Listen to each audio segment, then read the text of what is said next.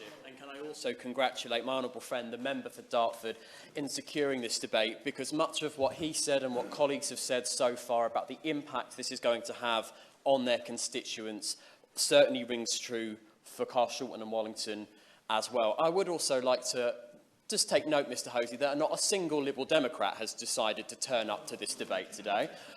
Given that the Lib Dems not only voted for this in the Greater London Assembly, but actually lamented that it took Labour so long to implement their policy, and 2 Lib Dem boroughs in London have passed motions, including in Sutton, to support it, I'm surprised that none of them could be bothered to come up and defend it. But there we go, Mr Hosey. Mr Hosey, much of what has been said so far about Ulez, I don't want to repeat, but I do want to highlight just the severe impact this is going to have on people in Carshalton and Wallington.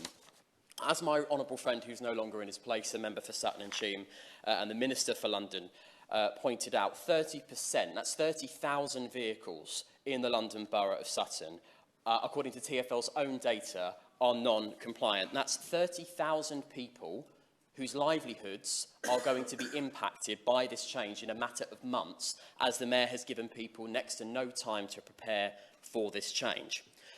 A lot has been said already that this is going to hit the poorest Londoners hardest, and it will be.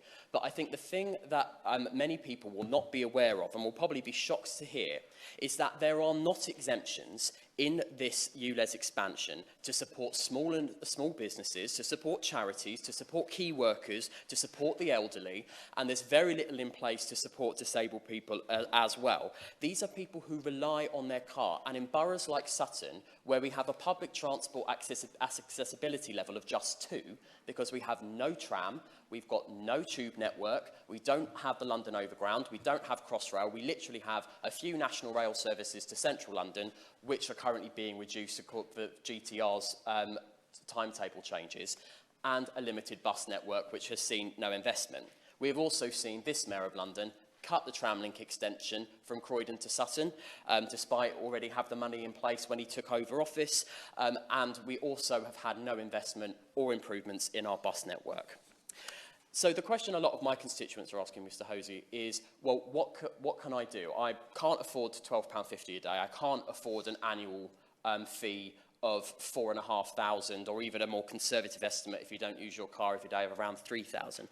What can I do? Well, my honourable friend, the member for Old Bexley and Sidcup, has already outlined that the scrappage scheme that has been lauded as apparently the solution to everything, in reality doesn't even touch the sides.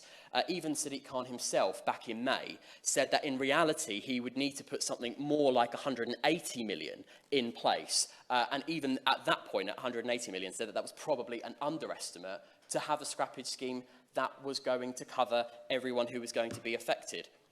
Furthermore, it is also open to those who were rejected last time. And remember, 2/3 of people were rejected last time. So it's only going to breed more disappointment and more discontent, with more people missing out. So the scrappage scheme isn't the answer. So what is the Mayor's answer, and what is Labour's answer? Well, I can tell you, Mr Hosey, because they were asked this in the London Assembly. My local London Assembly member, Neil Garrett, asked the Mayor of London, and was answered for some reason by a Labour Assembly member, what should I tell my constituents if they can't afford this charge? The answer was, well, a new car that is compliant is only about £3,000. Just go and buy one. That's almost word for word what that Assembly member has just said. I'm sorry, but that's the political equivalent of Paris Hilton wearing a T-shirt saying, "Stop being poor." That is the answer that they're getting from the Labour Party. And that's backed up by the Liberal Democrats and indeed by the Greens, who are all saying the same thing. If you can't afford it, tough, you're going to have to live with it, or you're going to have to give up your car, give up your job, move out of London. You are not welcome here.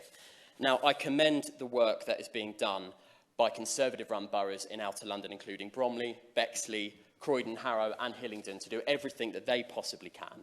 But I would like the Minister to really feel the anger that is coming from our constituents and the huge impact this is going to have, not just on individuals, but on businesses and on charities, on the most vulnerable who are living in outer London and indeed outside of London as well. Because as my honourable friend, the member for Dartford, has very eloquently set out, this is taxation without representation. For many people living on the outskirts of London, I, for example, represent a constituency that borders Surrey. Now, the border between my constituency and Surrey is a small country lane, Carshalton Road, that leads from the lavender fields into Woodmansterne. This is not somewhere where you see huge levels of huge trunk roads of traffic coming in and out of London, and yet the people living just on the other half of Carshalton Road have no say over who the mayor is and can't do anything about this policy. So I would strongly urge the Minister to take this away and see. I'd really be grateful to ask, hear from the Minister what advice he has received about the government's powers in this respect, but also ask him to join with us in urging the Mayor of London to scrap this policy, because it is going to hit the poorest Londoners the hardest. It's going to hit our constituents the hardest. It's going to do little to nothing to tackle air quality. As we've already heard from my honourable friend, very eloquently, the member for Orpington, the Mayor's own impact assessment says it has nothing to do with air quality. It has no public support. He does not have a mandate for it in his manifesto. And I would just sum up, Mr. Hosey, by saying that in reality, then, if this isn't about air quality, what is it about? Well, we've already heard it's about money, but it's also about much more than that.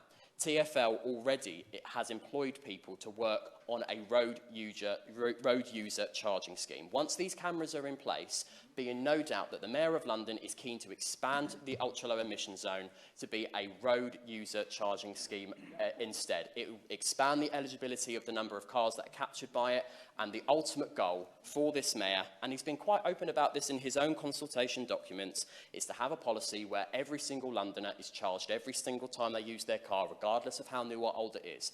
That's what he wants, and the camera network the camera network for Ulez is the first step with that. We need to stop it. He needs to rethink. Otherwise, we are going to see a massive amount of problems coming from our constituencies who cannot afford this unaffordable charge. Yeah.